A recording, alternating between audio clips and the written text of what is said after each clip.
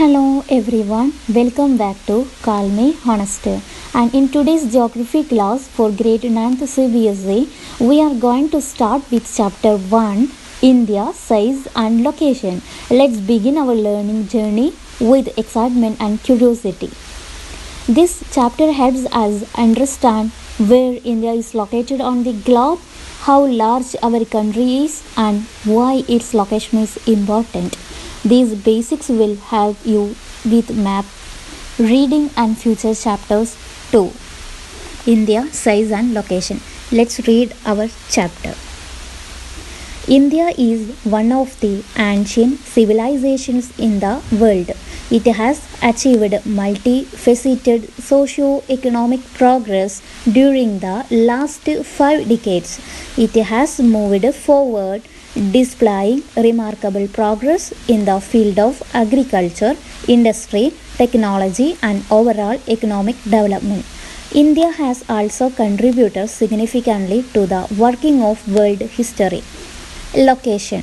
India is a vast country lying entirely in the northern hemisphere, figure in 1.1. The main land extends between latitudes 8 degree 4 minute north and 37 degree 6 minute north, and longitudes 68 degrees 7 minute east and 97 degree 25 minute east. The Tropic of Cancer 23 degree 30 minutes north divides the country into almost two equal parts to the southeast and southwest of the mainland lie the Andaman and Nicobar Islands and the Lakshadweep Islands in the Bay of Bengal and Arabian Sea respectively. Find out the extent of these groups of islands from your atlas. Do you know the southernmost point of the Indian Union, Indira Point, got submerged under the sea water in 2004 during the tsunami? Size. The landmass of India has an area of 3.28 million square kilometer. India's total area accounts for about 2.4% of the total geographical area of the world. From figure 1.2, it is clear that India is the 7th largest country of the world. India has a land boundary of about 15,200 kilometers, and the total length of the coastline of the mainland, including Andaman and Nicobar and Lakshadweep, is 7,516.6 kilometers. India is bounded by the Young-fold Mountains in the northwest, north and northeast. South of about 22 degree north latitude, it begins to taper and extends towards the Indian Ocean, dividing it into two seas, the Arabian Sea on the west and the Bay of Bengal on its west-east. Look at the figure 1.3 and note that the latitudinal and longitudinal extent of the mainland is about 30 degrees. Despite this fact, the east-west extent appears to be smaller than the north-south extent. From Gujarat to Arunachal Pradesh, there is a time lag of 2 hours. Hence, time along the standard meridian of India, 82 degree 30 minute east, passing through the Mirzapur in Uttar Pradesh, is taken as the standard time for the whole country. The latitudinal extent influences the duration of day and night, and as one moves from south to north, India and the world. The Indian landmass has a central location between the East and the West Asia. India is a southward extension of the Asian continent. The trans-Indian Ocean routes, which connect the countries of Europe in the west and the countries of East Asia, provides a strategic central location to India. Note that the Deccan Peninsula protrudes into the Indian Ocean, thus helping India to establish close contact with West Asia, Africa and Europe from the west coast, and with Southeast and East Asia from the east coast.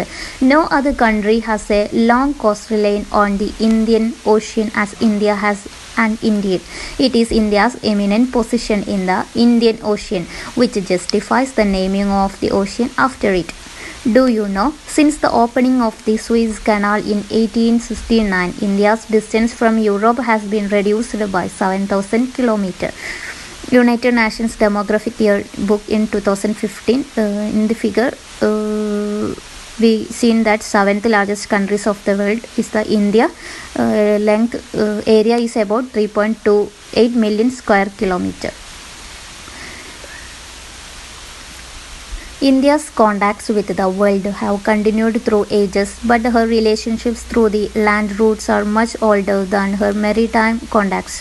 The various passes across the mountains in the north have provided passengers to the ancient travelers, while the oceans restricted such interactions from a long time.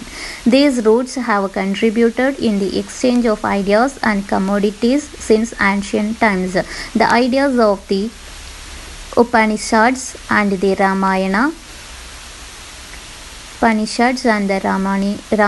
the stories of Panchatantra, the Indian numerals, and the decimal systems thus could reach many parts of the world.